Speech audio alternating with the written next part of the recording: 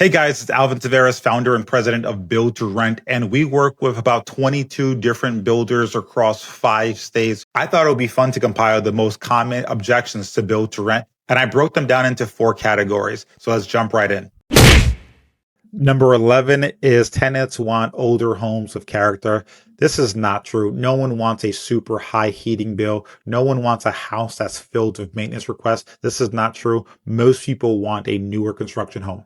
Number 12 is a fear of overpaying for a new construction property. This has flipped. According to an article at Realtor.com, we're actually seeing that new construction homes are cheaper than older homes. Number 13 is the property management company won't care about my property. Some believe this because we offer free property management. The property management won't care. Our property management are not free. They're prepaid. So they're paid in advance. So they are being compensated for that. If you're a property management company, you make your money based on retention. This is holding on to your investors and keeping them for the long run. Number 14 is that this is more complicated than turnkey. This is an odd objection because I don't know how you can get more turnkey than a completed property with a tenant already placed, property management already placed, with a preferred lender already identified. I don't know how much more turnkey you need. If you're referring to a REIT, I would caution against a REIT. Mostly because you're not in control of the property. So let's say you want to get out of the deal. You can't in a REIT. You have to wait for them to make the decision. So there is a point where you can go way too passive. And again, that's when you basically lose all control and you often feel very powerless. Number 15 is what if I can't lease the property quickly? Okay. So again, we have properties with tenants already placed. All of them are annual leases. So your tenants are already locked in place.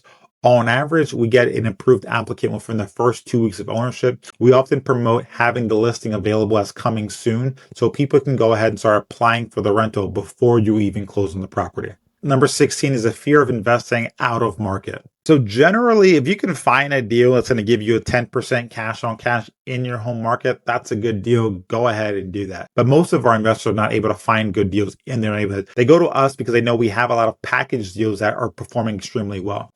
So I'll give you an example here. This is a single family home in Punta Gorda. The price is absolutely ridiculous. This is $309,000 for this single family home in Punta Gorda. And this one's getting a cash on cash of 14%.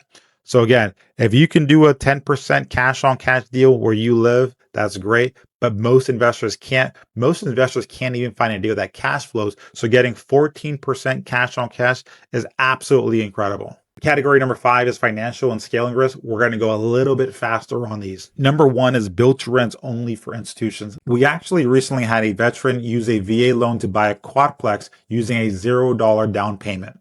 18 taxes are going to kill my returns. This is not true, and you can actually use real estate to offset your taxable income. I have a bonus depreciation where basically shows you buy a property that's $400K, you put $100,000 down.